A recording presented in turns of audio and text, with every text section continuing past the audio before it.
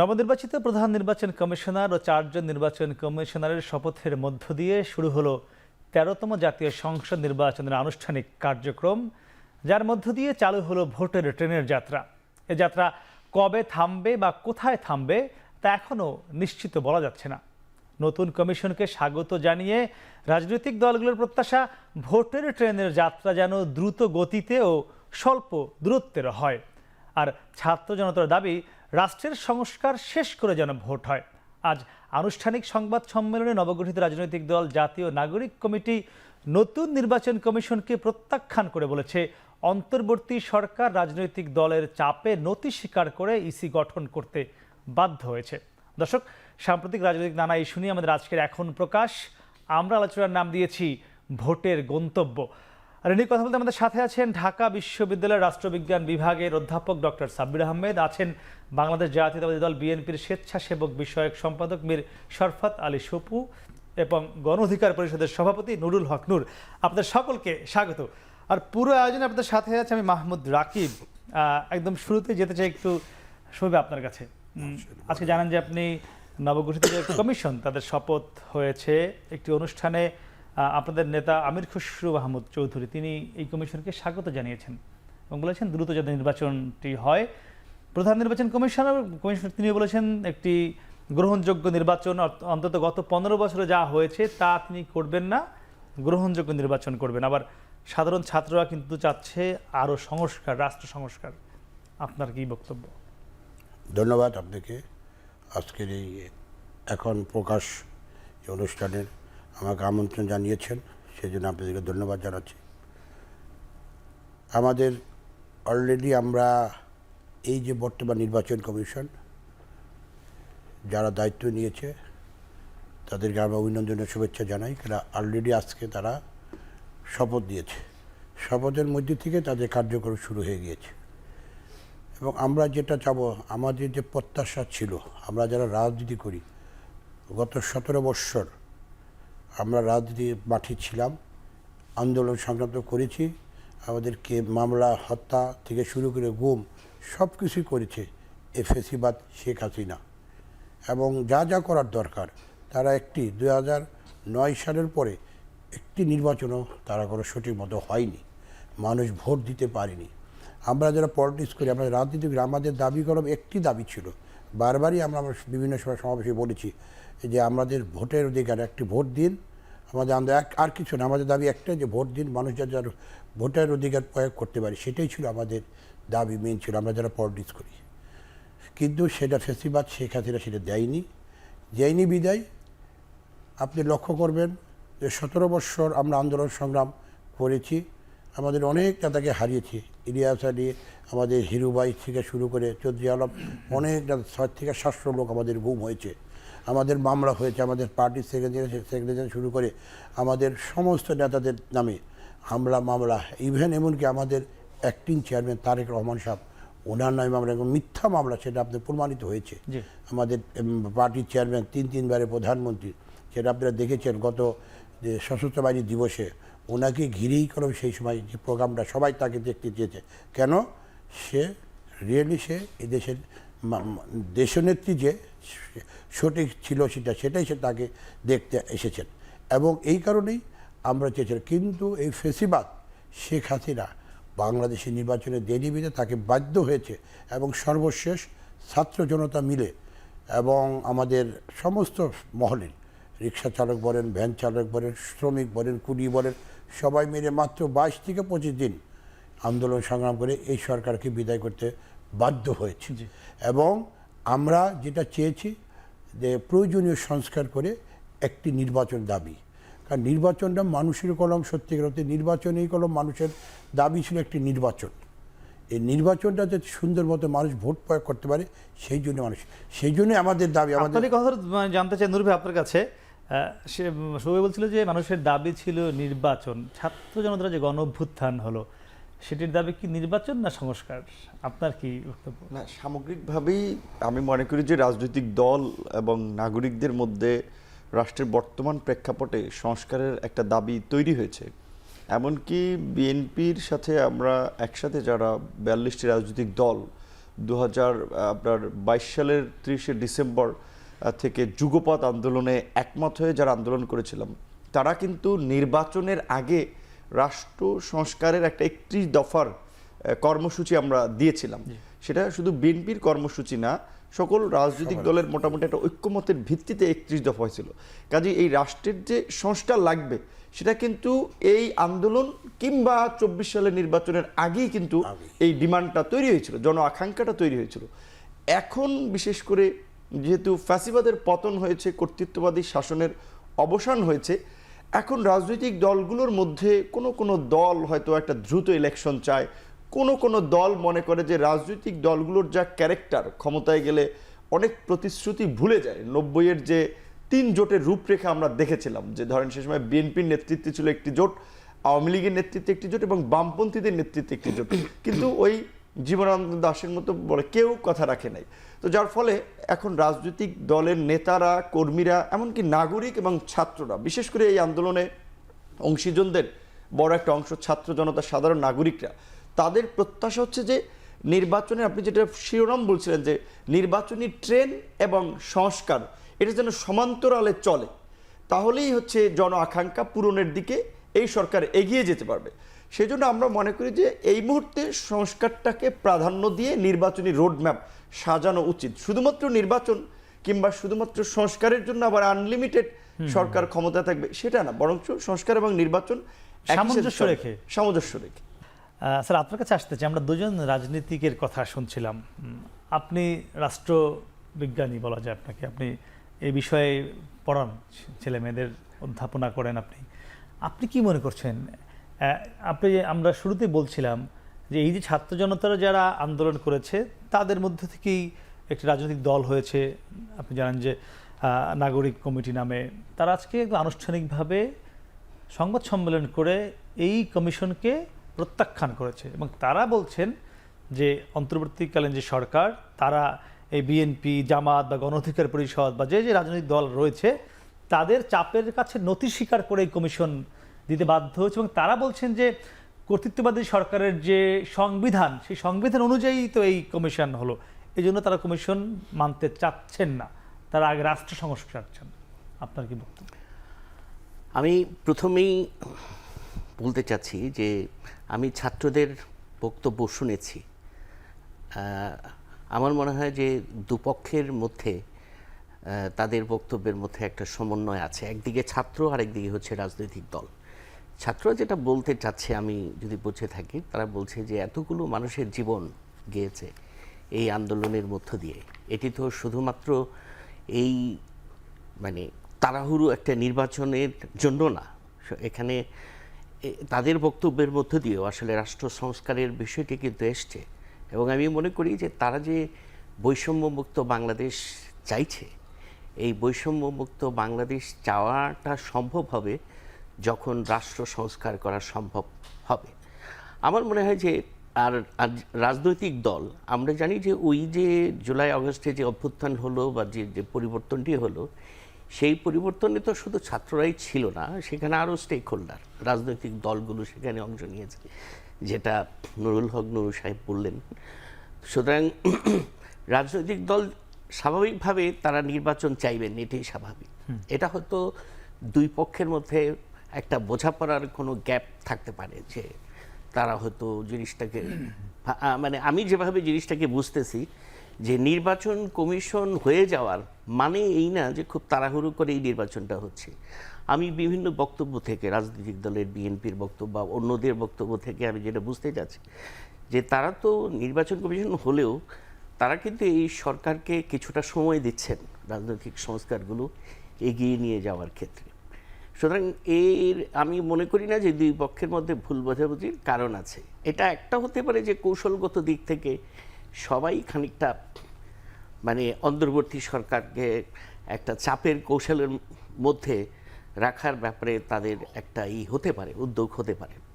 সবই আমরা মানে পরিস্থিতির থেকে যতটুকু অনুমান করে কথাগুলো বলছি যে এটা একটা কৌশল হতে পারে যে রাজনৈতিক দলগুলো, মানে আমি যদি তাদের ভিতরের মনোভাবটা বুঝে থাকি, তারা কিন্তু বিষয়টা এরকম না যে তারা এই সরকারকে সময় দেবেন না সংস্কার করার ক্ষেত্রে। সেভাবে খুব কড়াকড়িভাবে কিছু বলেনি। বলছেন। কিন্তু নূর ভাই এখানে স্যারের কথার সূত্র ধরে যদি একটু আসি, রাজনৈতিক দলগুলো সংস্কারের জন্য সময় দিতে যাচ্ছেন, কিন্তু আমাদের বর্তমান যে পরিস্থিতি, আজকেও দেখেছেন ঢাকা শহরে নানান আন্দোলন, রাস্তাঘাট অবরোধ, ছাত্ররা আজকে বিভিন্ন দাবিতে তারাও নানান জায়গায় সভা সমাবেশ বিক্ষোভ করেছে। সব মিলিয়ে সংস্কারের পরিবেশটাও কি আছে কিনা, এই অন্তর্বর্তীকালীন সরকার সেই পরিবেশটা রাখতে পারছে কিনা? না, এখন ওই যে আপনার ফুল ফুটুক আর নাই ফুটুক বসন্ত এসেছে, হ্যাঁ আসবে। তো স্বাভাবিকভাবে তো ধরেন এখন পরিবেশ থাকুক আর না থাকুক সংস্কার করতেই হবে, এটি কিন্তু সকলের ডিমান্ড। এবং পরিষ্কার আসলে এই যে এতগুলো মানুষ জীবন দিয়েছে, সবু ভাই নিজেই বললেন, সবজি বিক্রেতা, ভ্যানওয়ালা, বাসওয়ালা, তারা কি এমপি, মন্ত্রী, কাউন্সিলর শুধুমাত্র যে শেখ হাসিনাকে হটাইয়া ভোটটা দিবে এই জন্য তারা কিন্তু জীবন দেয় নাই। সামগ্রিক রাষ্ট্র ব্যবস্থার জাতাকলে তাদের জীবনটা যে পিষ্ট হতে যাচ্ছে এর থেকে মুক্ত হওয়ার জন্য কিন্তু তারা এই লড়াইয়ে সর্বোচ্চটুকু দিয়ে অংশগ্রহণ করেছিল। এখন আপনি পরিবেশ তো স্বাভাবিকভাবেই এখন দেশে একটা অস্বাভাবিক সময়, বাংলাদেশ গত 53 বছরে এই রকমের সময় কখনো অবজার্ভ করেনি। একটা হচ্ছে যেমন একটা অস্থির সময়, দ্বিতীয়ত আবার একটা সুবর্ণ সুযোগ আমাদের জন্য। অস্থির সময়টা হচ্ছে এই কারণে যে পতিত স্বৈরাচারের দোসরেরা এবং তার বিদেশি বন্ধুরা রাষ্ট্রকে অস্থিতিশীল করার জন্য, অন্তর্বর্তীকালীন সরকারকে ব্যর্থ এবং অকার্যকর করার জন্য নানান ধরনের তৎপরতায় লিপ্ত আছে। আপনি শুরু থেকে একটা বিষয় লক্ষ্য করেছেন যে যেটা দীর্ঘদিন ধরে আমাদের প্রতিবেশী রাষ্ট্র এই ট্রাম্প কার্ডে খেলতো, যে বাংলাদেশের সংখ্যালঘুদের উপরে নির্যাতন নিপীড়ন হচ্ছে। আমি গতকালকে একটা টেলিভিশন টক শোতে বলেছি, এখানে ঢাকা বিশ্ববিদ্যালয়ের শিক্ষক আমি বিপি ছিলাম, তখন তিনি SM হলের সম্বন্ধে হাউস টিউটর ছিলেন। I know him very well, যে তার একটা ব্যক্তিত্ব আছে, স্ট্রেট কথাবার্তা বলেন। সেই সময় সীমাবদ্ধতার মধ্যে থেকেও আমাদের বলেছেন যে আমি বাবা খুব বেশি কিছু তো আর করতে পারবো না, যতটুকু পারি চেষ্টা করি। তো আপনারা মিডিয়া আছেন, ঢাকা বিশ্ববিদ্যালয়ের শিক্ষকরা আছেন, একটা স্বাধীন তদন্ত কমিশন করে দেখেন যে এই যে অভিযোগগুলো আসছে, তারা এই বাইরের অ্যাম্বাসির ফান্ডিংয়ে বিভিন্ন জায়গায় সমাবেশ করে বলছে যে এখানে সংখ্যালঘুদের বাড়িঘর জ্বালিয়ে দেওয়া হচ্ছে, পুড়িয়ে দেওয়া হচ্ছে, হত্যা করা হচ্ছে, ভুয়া এবং ভিত্তিহীন কথাবার্তা বলছে। এমনকি লন্ডনে হাউস অফ কমন্সে এটা নিয়ে হিয়ারিং হয়েছে। আমি জানি না বাংলাদেশের ফরেন যারা এই বিষয়গুলো দেখেন তারা এই বিষয় নিয়ে প্রতিবাদ করেছেন কিনা। এই যে সংখ্যালঘুদের উপরে নির্যাতন হচ্ছে, এই ধোয়া তুলে এমনকি ট্রাম্পও নির্বাচন আগে টুইট করেছে। এইটা একটা অপতৎপরতা আমরা লক্ষ্য করছি। বিভিন্ন ধরনের আন্দোলন আজকে দেখেন, এই যে দেখলাম যে ইন্টারমিডিয়েটের শিক্ষার্থীরা, সোহরাওয়ার্দী কলেজ হচ্ছে গ্রাজুয়েশন লেভেলের কলেজ এবং ইন্টারমিডিয়েট আছে, তাদের সাইনবোর্ড খুলিয়ে নিয়ে যাচ্ছে। এবং এর আগে দেখেছি ঢাকা কলেজ, সিটি কলেজের শিক্ষার্থীদের মারামারি। আপনি চিন্তা করেন যে যেই তরুণদেরকে নিয়ে মানুষ স্বপ্ন দেখেছে যে এই তরুণরা আমাদের জন্য নতুন ভোর এনেছে, তারা পরিবর্তন করেছে, জীবন দিয়ে লড়াই সংগ্রাম করে দেশপ্রেমের নজির স্থাপন করেছে, সেই তরুণরা হঠাৎ করে কেন অসহিষ্ণু হয়ে যাচ্ছে? আচ্ছা, এখানে সিটি কলেজের একজন ছাত্রকে মারধর করা, আরো 2 জন হয়তো ইনভলভ ছিল, 3 থেকে 4-5 জনের ইনভলভমেন্ট, কিন্তু সেটা কিভাবে পুরো কলেজে ছড়িয়ে যাচ্ছে, এগুলো সংগঠিতভাবে কেউ ইন্ধন দিচ্ছে কিনা? কিংবা প্রথম আলো এবং ডেইলি স্টার পত্রিকা আমি পছন্দ নাও করতে পারি, আমারও তাদের কিছু স্ট্যান্ড নিয়ে আমারও ক্রিটিসিজম আছে, কিন্তু আমি তো প্রথম আলোর এই অফিসের সামনে গিয়ে তাদের প্রকাশনা বন্ধের দাবিতে হইচই করা, গোলাগুলি করা, মানে অন্য একটা পরিস্থিতিটা সৃষ্টি করতে পারি না। প্রতিবাদের তো কতগুলো ভাষা আছে। তাহলে এগুলো করে সরকারকে আলটিমেটলি ব্যর্থ করার চেষ্টা করা হচ্ছে, রাষ্ট্রকে অকার্যকর করার চেষ্টা করা হচ্ছে। এটার সাথে পতিত স্বৈরাচার সরকারের আমলে এই 15 বছরে অন্তত 1500 মানুষ পাবেন যারা 1000 কোটি টাকার মালিক, অন্তত 15,000 থেকে আপনার 15 লক্ষ মানুষ পাবেন যে যারা 100 কোটি টাকার মালিক। এই টাকা পয়সা ইনভেস্ট করছে কিন্তু এখন দেশকে অস্থিতিশীল করার জন্য। কাজেই রাজনৈতিক দলগুলো, যেটা আমাদের শিক্ষক মহোদয় বলেছেন, ইভেন বিএনপির চেয়ারম্যান থেকে শুরু করে মহাসচিব, আপনি লক্ষ্য করবেন তাদের বক্তব্যে কিন্তু তারা পরিষ্কারভাবে বলছে যে আমরা একটা যৌক্তিক সময় দেব। তারা কিন্তু টাইম ফ্রেম নিয়ে বলেন নাই যে 6 মাসের মধ্যে আপনি ইলেকশন দেন, 3 মাসের মধ্যে আপনি ইলেকশন দেন। তার মানে সবাই সংস্কারের প্রশ্নে কিন্তু হয়তো একটু ভিন্ন পরিস্থিতি অবজারভেশন থাকতে পারে, কিন্তু সরকারকে সফল করার জন্য সময় দেওয়ার ক্ষেত্রে কিন্তু সবাই একমত। এসব এখানে নুরবাজিরি বলছিলেন যে এই যে অস্থিতিশীল করার বিষয়ে পিছনে কেউ আছে, এমন কি আসলেই আছে? আপনারা বিএনপি এমন মনে করে কিনা, নাকি সাধারণ দাবি দেওয়া নিয়েই রিক্সা চালকরা আছে কিনা, নাকি পিছনে অন্য কোনো শক্তি আছে? আমি সে উত্তর জানবো। তবে বিরতি, ফিরছি একটু পরে, সঙ্গেই থাকুন।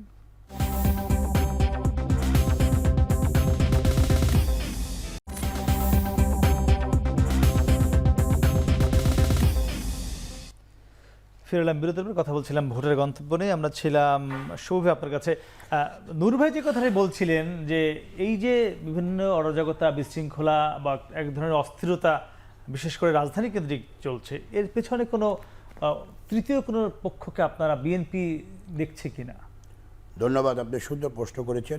নুরু যেটা বলেছে, নুরুর সাথে আমি একমত।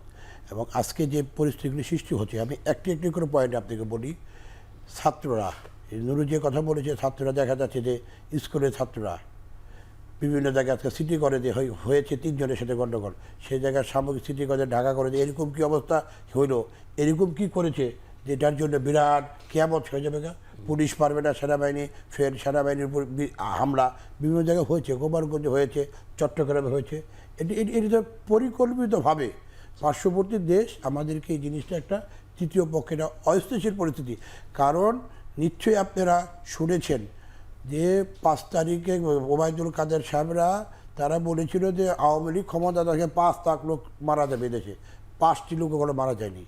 তো এখন তারা দেখলো যে আমরা যেটা বললাম কাজে এবং কাজে মিল হচ্ছে না তো, এবং সেই জন্য নতুন করে তারা তৃতীয় পক্ষ দেশকে একটা অস্থিতিশীল পরিস্থিতি এবং অন্তর্বর্তী সরকারকে, এই যে বর্তমান সরকার, এই সরকারকে তারা ব্যর্থ করার জন্য তারা যা যা করার, তাদের ফান্ডিং বিরাট। জেলখানা থেকে আপনাকে বলি, আমি এই আপনাদের মাধ্যমে জেলখানা থেকে, জেলখানায় বড় বড় নেতারা আছে, তাদেরকে কি দরকার একসাথে রাখানো? কই আমরা যারা ছিলাম আমাদের তো রাখি নাই। আমাদেরকে আমি রমজান মাসে ইফতারি করবো, সেই সময় আমাকে নিয়ে যাওয়া হয়েছে হাই সিকিউরিটি ছেলে।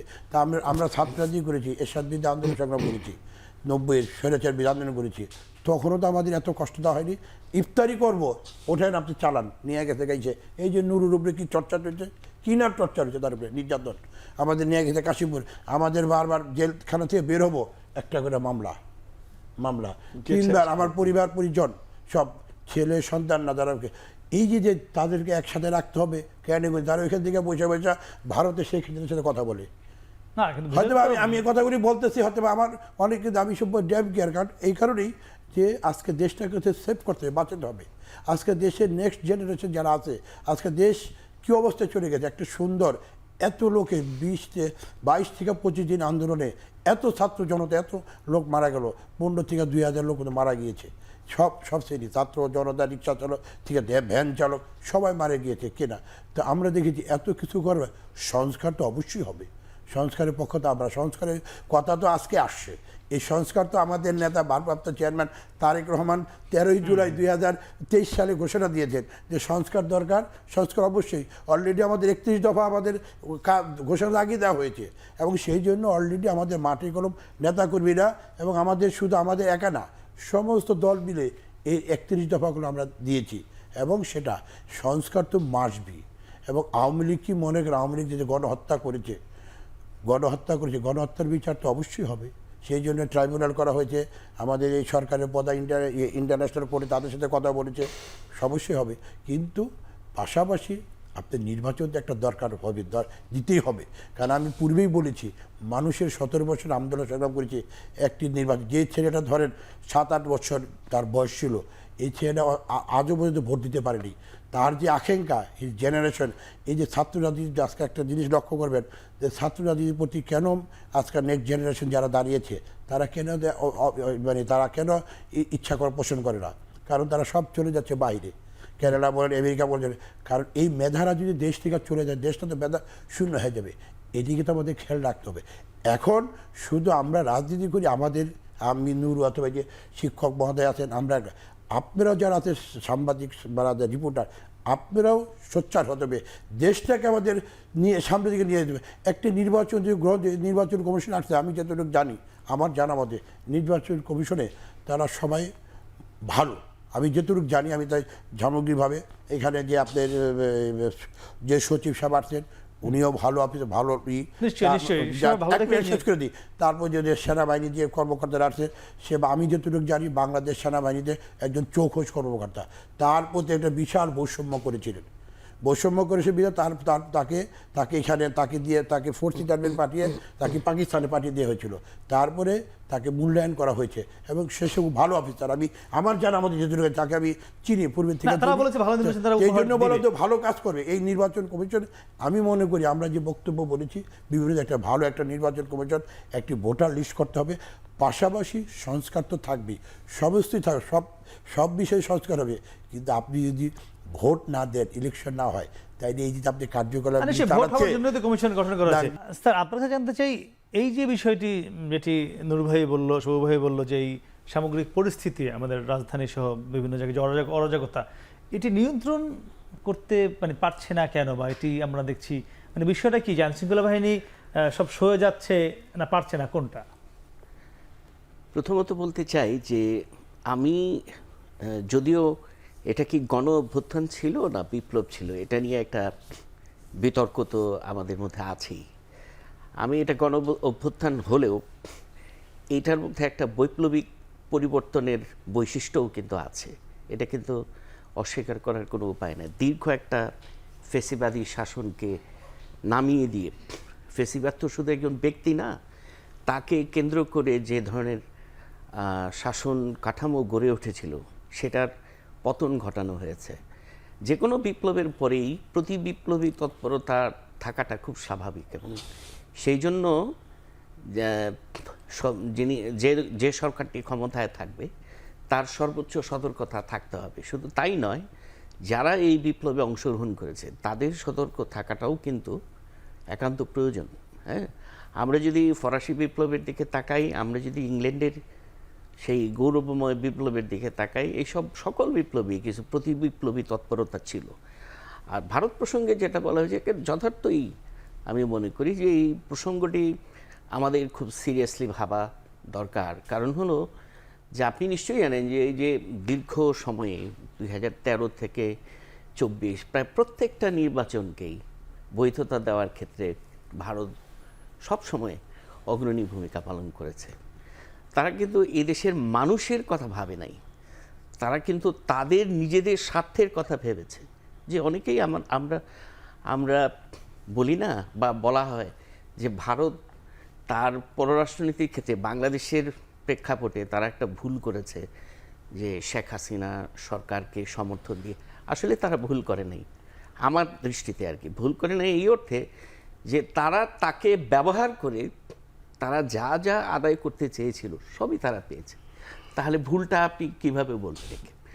সে যা চেয়েছিল তাই পেয়েছে, কারণ তার স্বার্থ তার মাধ্যমে আসুক, হ্যাঁ, সেটা সে পেয়েছে। সুতরাং এখন নতুন পরিস্থিতিতে সে নতুনভাবে ভাববে। তো যাই হোক, যেটা হলো যে হ্যাঁ, আপনার এই যে কাউন্টার রেভলিউশনের যে ঝুঁকি, এই ঝুঁকিতে যে ভারতের ইন্ধন থাকবে না নাই সেটা তো আমরা বলতে পারবো না। আমাদের কাছে সুনিশ্চিত কোনো প্রমাণ নাই যে তারা কোনো দিচ্ছে। আপনি নিশ্চয়ই লক্ষ্য করেছেন যে মার্কিন যুক্তরাষ্ট্রে যে মহিলাটি রিপাবলিকানদের কমলা পক্ষ থেকে না যিনি স্বরাষ্ট্র বিভাগে যিনি দায়িত্বপ্রাপ্ত হয়েছেন, তিনি কিন্তু বাংলাদেশের বিরুদ্ধে সরাসরি বক্তব্য রেখেছেন।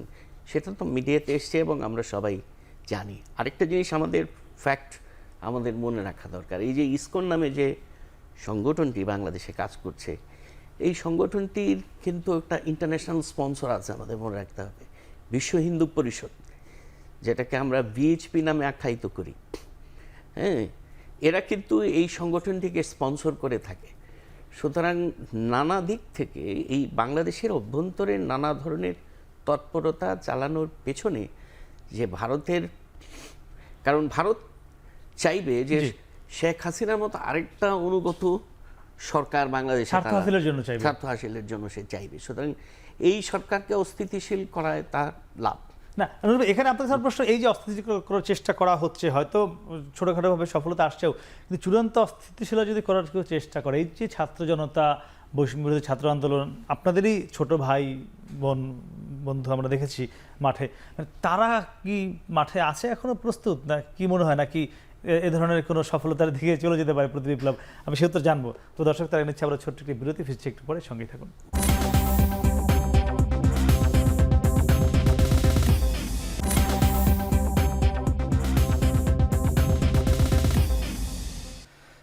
আবারও ফিরে এলাম বিরতির পর। কথা বলছিলাম ভোটের গন্তব্য নিয়ে। আমরা ছিলাম নুরুল হক। নুরুল ভাই, আপনার কাছে প্রশ্ন ছিল যে এই যে ভোটের গন্তব্যের দিকে দেশ যাচ্ছে, আজকে শপথের মাধ্যমে কমিশন কাজ শুরু করলো আনুষ্ঠানিকভাবে, এর মধ্যেও যে নানান যে অরাজকতার চেষ্টা করছে একটি পক্ষ, তো এটি একদিকে ভোটের গন্তব্যের দিকে এগিয়ে যেতে এবং এটি রুখতে আপনাদের এই ছোট ভাই ছাত্র জনতা যারা আছে বৈষম্য বিরোধী সহ, তারা কি আছেন আপনারা এখনো মাঠে? এখানে আমাদের একটা ব্যক্তিগত মূল্যায়ন, আপনি যাবেন লাস্ট 3 মান্থস, আমার বক্তব্য ছিল পরিষ্কার যে এই সরকার সমস্ত রাজনৈতিক দল, নাগরিক সমাজ, ছাত্রদের আন্দোলনের ফলে গঠিত, মানে অন্তর্বর্তীকালীন সরকার এসেছে ফ্যাসিবাদের পতনের পরে। তাহলে ইন্টারিম গভর্নমেন্ট এবং এখন যে ক্রাইসিস, এটা শুধুমাত্র রিসেন্ট না, এই ক্রাইসিস বাংলাদেশ গত 6-7 বছর ধরে ইকোনমিক, সোশ্যাল, ইন্টারন্যাশনাল ফেস করতেছে। যার ফলে আমরা বলছিলাম ন্যাশনাল ক্রাইসিসকে সমাধান করার জন্য অবশ্যই একটা ন্যাশনাল ইউনিটির গভর্নমেন্ট প্রয়োজন ছিল। আমরা যেটা বারবার বলছিলাম যে সকল অংশীজনদেরকে নিয়ে এই সরকারের শক্তি বাড়াতে, ভিত্তিটা মজবুত করতে একটা জাতীয় ঐক্যমতের সরকার বা জাতীয় ঐক্যের সরকার প্রয়োজন ছিল। কারণ এই যে আজকে যে সরকার গঠন হওয়ার পর শুরুর দিকে তো মাইনরিটির ইস্যু নিয়ে মাঠে নামলো, দেখলাম সেখানে ছাত্রলীগ যুবলীগের লোকেরা, তারপর দেখলাম আনসার বিদ্রোহ, তারপরে বিভিন্ন গোষ্ঠী এবং সম্প্রদায়ের দাবি দেওয়া, মানে ওই যে বলে ধান কাটার মৌসুমের মতো একের পর এক দাবি দেওয়া, দাবির শহর হয়ে গেছে ঢাকা। তো এই যে বিভিন্ন গ্রুপ আসতেছিল, পলিটিক্যাল পার্টির যদি এই গভর্নমেন্টের সাথে ইনভলভমেন্ট থাকতো, তাহলে সব পার্টি কিন্তু গভর্নমেন্টকে ফুল সাপোর্ট দিয়ে এই সমস্ত ঘটনাগুলো রিডিউস করার জন্য, কিংবা এটা মানে আপনি যেভাবেই বলেন না কেন, সমাধানের জন্য কিছুটা পদক্ষেপ নিতে পারতো। এখন এই সরকারের কোনো পলিটিক্যাল সরাসরি কানেক্টিভিটি নাই, যার ফলে আমার স্বার্থ রক্ষিত না হলে আমি সরকারের পাশে দাঁড়াতে চাচ্ছি না। সব পলিটিক্যাল পার্টিগুলো, আপনি যেমনটি বলছিলেন যে এখন কি ছাত্র জনতা আগের মতো আছে কিনা, তাহলে প্রথম আলোর সামনে, ডেলিস্টের সামনে এটা সমাধান করার জন্য, কিংবা এই যে আন্দোলনকারী বিভিন্ন গ্রুপ, এই যে ছাত্ররা মারামারি করছে, যেই ছাত্ররা এই আন্দোলনে বড় একটা স্টেক ছিল, 5ই আগস্টের পূর্বে যেভাবে হাসিনার পতনের প্রশ্নে একটা জাতীয় ঐক্য তৈরি হয়েছিল, একটা সর্বদলীয় ঐক্য তৈরি হয়েছিল, এটা স্পষ্ট এখন সেটা নাই। এখন সব রাজনৈতিক দল তার নিজস্ব সাংগঠনিক কর্মকাণ্ড এবং আগামী ইলেকশন কেন্দ্রিক কর্মব্যস্ততায় বিজি হয়ে গেছে। ছাত্ররাও তো স্বাভাবিকভাবে সবসময় তো আন্দোলন করবে না, বিভিন্ন ঘটনা আসলে তাদের একটা রিপারকেশন হয়, বিভিন্ন ঘটনা অনেক সময় তাদেরকে আকর্ষণ করে। এখন কিন্তু সেরকম কোনো মানে ওইভাবে আন্দোলনের সংগঠিত শক্তিটা নেই। এখন সংগঠিত শক্তি আছে রাজনৈতিক দলের কর্মী বাহিনী বা কর্মী সমর্থকরা।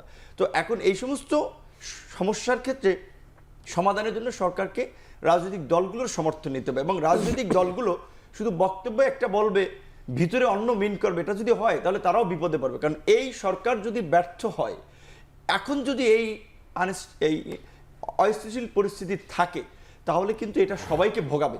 এবং ধরেন আগামী 6 থেকে 8 মাস পরে যদি একটা ইলেকশন হয়ে যায়, এই যে অর্থনৈতিক ক্রাইসিস, কোনো পলিটিক্যাল গভর্নমেন্ট এরা মেকআপ করতে পারবে না। অল্প সময় পারবে, সময় লাগবে, ততদিনে জনরোষ তৈরি হবে তার বিরুদ্ধে। সেতে নিউ একটা গভর্নমেন্ট আসলে ভাববে কি যে এই গভর্নমেন্টের দুর্নীতি আর ওই যে প্রোপাগান্ডা আওয়ামী লীগ কিংবা আরও তার ব্লকের লোকজন, সেটা তো আছেই। তো কাজে এখন আমার মনে হচ্ছে যে এই সমস্যাগুলো সরকার এবং ল এনফোর্স এজেন্সি সঠিকভাবে ডিল করতে পারছে না। যেমন বঙ্গভবনের সামনে মশাল মিছিল, কিংবা বঙ্গভবনের সামনে 40-35 জন লোক মাইক নিয়ে যায় রাষ্ট্রপতির পদত্যাগের দাবিতে। রাষ্ট্রপতি যদি সরানো লাগে, সরাবো আমরা সবাই মিলে, জাতীয় ঐক্যমত তৈরি করে রাজনৈতিক সিদ্ধান্ত হবে। কিন্তু 40-45 জন লোক রাষ্ট্রপতির ভবনের সামনে যা লাইভ করে যে আমরা সরাইতে চলে আসছি, এটা কি ইয়ার্কির জায়গা নাকি? তাহলে এখানে কেন ল এনফোর্স এজেন্সি অ্যালাউ করতেছে ওখানে? কিংবা এই যে আন্দোলনগুলো, দাবি দেওয়া আমরা যারা করছি, তা তো কমন সেন্স থাকা দরকার যে 15-16 বছরে সরকার এই দাবিগুলো মানে নাই, সেটা কি 3-4 মাসে হবে? কিন্তু দাবি দেওয়া যারা জানাচ্ছে তার প্রতিও কিন্তু সহনশীল থাকতে হবে। সরকার কিন্তু তাদের প্রতি আবার অ্যাগ্রেসিভ কিংবা অ্যাটাকিং মুডে যেতে পারবে না। কিন্তু এর পেছনে দাবিগুলো আগে বলতে পারেনি, গত 15 বছর ধরে একটা বিষয় খতিয়ে দেখতে হবে, এর পেছনে লিডারশিপে কারা, তাদের তৎপরতা কি, তাদের পলিটিক্যাল ইনভলভমেন্ট কি, এটা ফাইন্ড আউট করে কিছু কিছু ক্ষেত্রে যদি ব্যবস্থা নেওয়া যায়, তাহলে এই আন্দোলন অনেক ক্ষেত্রে রিডিউস করা যাবে। এবং সরকারকে, যেটা আমরা বলি বারবার, এখন এই যে দ্রব্যমূল্য, বিশেষ করে এই সরকারের ধরেন অন্যান্য সব ইস্যু বাদ দিলাম, 5 থেকে 5.5 কোটি যে শ্রমজীবী নিম্ন আয়ের মানুষ যারা দিনে আনে দিন খায়, তার রাষ্ট্র সংস্কার, নির্বাচন কমিশনে কে নিয়োগ পেল, তার কোনো কনসার্নই নেই। তার চাল, ডাল, সবজির দামটা ঠিকঠাক মতো আছে কিনা। তো ইউনূস সরকার তো মাইক্রো ফাইন্যান্সের বলা চলে আমাদের প্রফেসর মোহাম্মদ জি, ইউনূস জি। তো একজন বড় বিশ্বব্যাপী উদ্যোক্তা সমাদৃত, ব্যক্তি। জি। তো তাদের এই পিপলের মাইক্রো সমস্যাগুলো সমাধান না করলে অসন্তোষ আরো বাড়বে, একদমই তখন সরকারের আমি জন্য আবারও বিপদ ফিরছি। হবে। সৌভ ভাই যে নূর ভাই যে কথাটা বললো, সৌভ ভাই, সেটি হলো যে আসলে আমাদের যে সামগ্রিক পরিস্থিতি আপনার কাছে কি মনে হয়? বিশেষ করে তিনি বলছেন যে গত 15-16 বছরের অর্থনীতি এমন একটি জায়গায় নিয়ে গেছে পতিত সরকার, সেখান থেকে চাইলে এখন যে সরকারই আসুক ক্ষমতা, সেটি হোক অন্তর্বর্তী সরকার বা বিএনপি সরকার, অন্য কেউ, তাদের অনেক বেশি ভোগাবে। তো এই যে একটি চ্যালেঞ্জ, এটি আপনারা কিভাবে সামাল দিবেন যদি কখনো আসেন ক্ষমতায়, সে যেদিনই হোক? ধন্যবাদ আপনাকে। নুরু যেটা বলেছে ঠিকই বলেছে, কারণ আপনি 15-16 বছর আপনি লক্ষ্য করবেন যে লক্ষ লক্ষ কোটি টাকা পাচার হয়ে গিয়েছে। স্বয়ং প্রধানমন্ত্রী শেখ হাসিনা ফেসিবাদের সেই সহ যারা হাজার হাজার লক্ষ লক্ষ কোটি টাকা পাচার করেছে, দেশটাকে একটা এমন পরিস্থিতি নিয়ে গিয়েছে।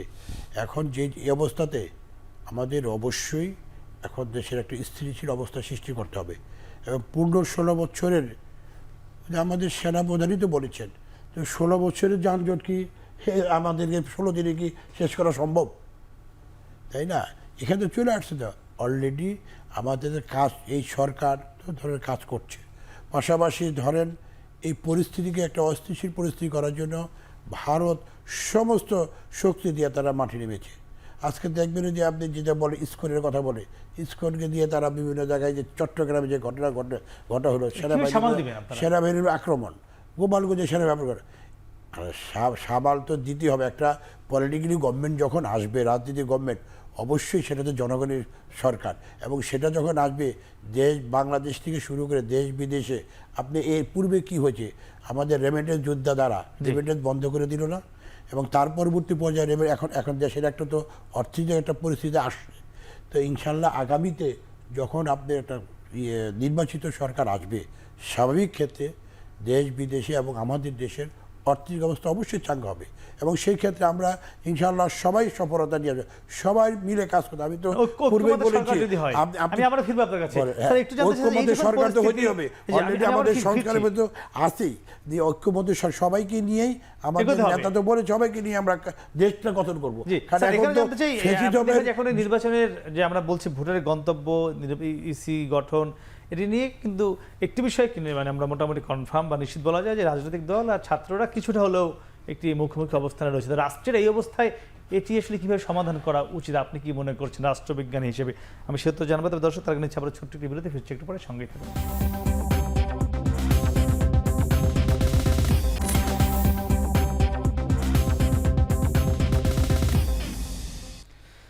বিরতির পর আবার ফিরলাম, কথা বলছিলাম ভোটের গন্তব্য নিয়ে। স্যার, আপনার কাছে জানতে চাচ্ছিলাম, এই যে পরিস্থিতি তৈরি হয়েছে ভোট নিয়ে, আমরা যে বিষয়ে আলোচনা করছি, যে ট্রেনের যাত্রা শুরু হয়েছে ভোটের, এই যাত্রা যদি স্মুথ হয়, কোনো শঙ্কাহীন হয়, বাধাহীন হয়, সেক্ষেত্রে যেহেতু এখন বাংলাদেশের সামগ্রিক কারণে ছাত্র জনতা বড় একটি স্টেক হোল্ডার এই মুহূর্তে, এই বা রাজনীতিবিদ আর ছাত্র জনতা, রাজনৈতিক দল কিভাবে এক হয়ে এগোতে পারে, কি মনে করছেন? আমি যেটা ব্যক্তিগতভাবে মনে করি, ছাত্রদের সাথে সরকারের বড় ধরনের কোনো গ্যাপ হয়নি। মানে যেটা হয়তো তাদের মানে তাদের তো রাজনৈতিক অভিজ্ঞতা ওই অর্থে নাই, একেবারেই তরুণ। সুতরাং রাজনীতির ডিনামিক্সগুলো তারা হয়তো ওইভাবে বুঝতে পারেন না বা পারেননি। আমার মনে হয় যে আরেকটা বিষয় হচ্ছে যে এই যে ছাত্র জনতা বা বৈষম্য বিরোধী যারা ছাত্র আন্দোলন যারা, তারা তো পরিষ্কার করে তাদের অবস্থান বলেছে যে তারা তো প্রেশার গ্রুপ হিসেবে কাজ করবে। এক্স্যাক্টলি তারা সেই কাজটাই করছে। এবং তাদের কাছে হয়তো মনে হয়েছে যে যেভাবে নির্বাচন কমিশনটা গঠিত হয়েছে, এটা একটু তাড়াহুড়ো হয়ে গেছে। সুতরাং তারা যদি তাদের অবস্থান থেকে এই চাপটা রাখে, এটা তো দোষের কিছু নেই, এটা তারা করতেই পারে, এটা আমি মনে করি। আরেকটা হলো যে ছাত্রদের প্রতিনিধি তো ইন্টারিম গভর্নমেন্টের ভেতরেই আছে, রাইট?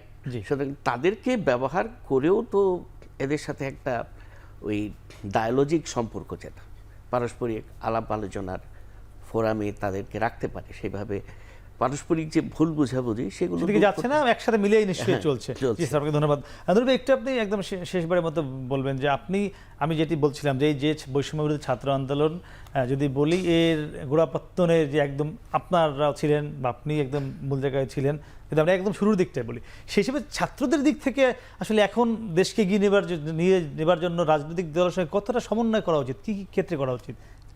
আমি মনে করি যে এখন এই অন্তর্বর্তীকালীন সরকারের প্রথম এবং প্রধানতম কাজ হওয়া উচিত প্রথমত গণহত্যাকারীদের বিচারটা সম্পন্ন করা, রাষ্ট্র সংস্কার করা এবং রাষ্ট্র সংস্কারের পাশাপাশি একটা অবাধ সুষ্ঠু নিরপেক্ষ নির্বাচনের দিকে এগিয়ে যাওয়া।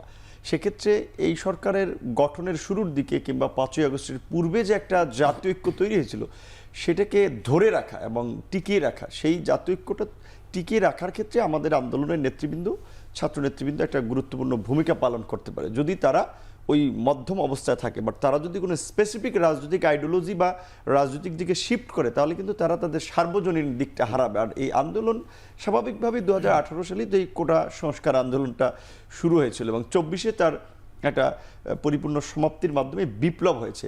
এবং এই বিপ্লবের মাধ্যমে 2018 সালে কোটা সংস্কার আন্দোলনের পাশাপাশি একটা নিরাপদ সড়ক আন্দোলন হয়েছিল। কিন্তু এই বিপ্লবী বিদ্রোহীরাই কিন্তু আজকের বিপ্লবটা করেছে।